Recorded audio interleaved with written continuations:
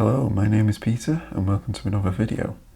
Today I'm going to be showing you how I grew my Musa Basjoo banana last year and how I overwintered it. Later in the video I'll be uncovering the winter protection to show you what it looks like now.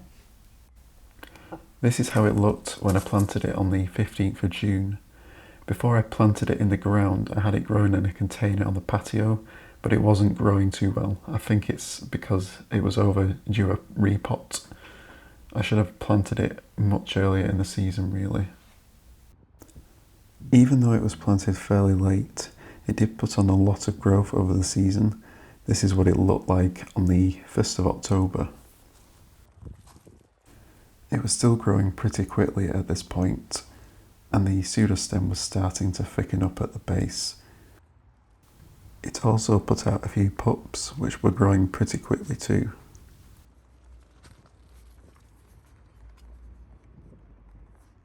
I didn't give it any fertiliser, but I kept adding compost around the base, probably once a month or so. I also watered it when it was dry and hadn't rained much. During the driest period, I was watering it every evening with the hose pipe. I'm hoping this year that I can get it to grow much bigger, and also that I can get it growing much earlier than last year.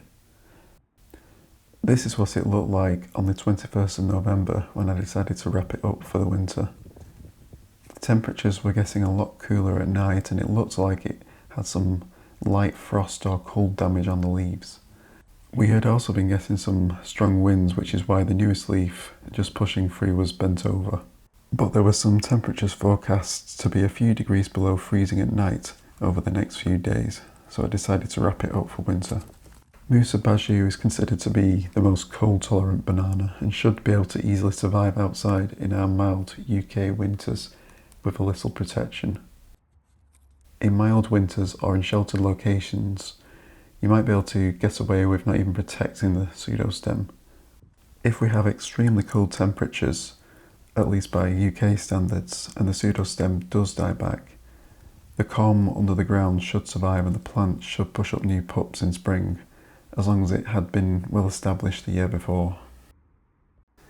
So to protect the plant for winter, I cut off all the leaves and put them around the base of the plant. I then added some dried leaves from some deciduous trees around the base of the banana to give the corm, roots and pups some insulation. After that I wrapped some fleece around the bottom to further protect the root area of the plant. And to prevent the leaves from blowing away, I put some rocks and bits of stone that I found around the garden on top of that bottom layer of fleece. And then I also wrapped a few layers of fleece around the pseudostem and tied some garden string around it to hold it all together. Just a few days ago, on the 8th of March, I decided to uncover the Musa Basjoo.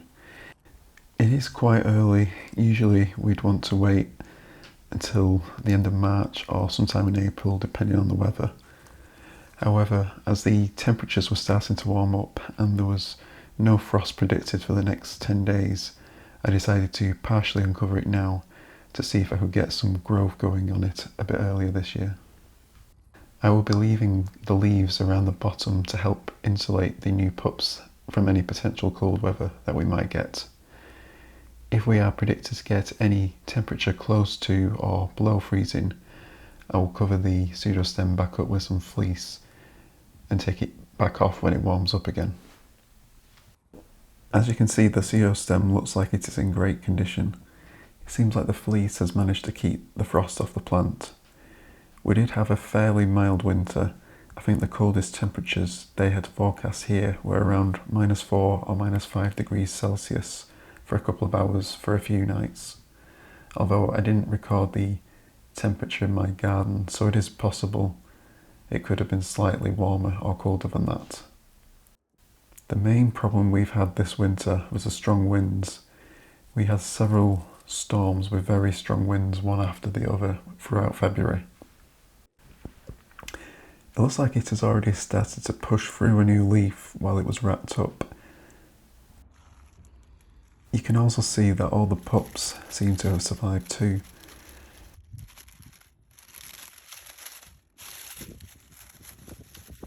I'm going to leave the fleece at the bottom with the rocks on top just to prevent the leaves from blowing away.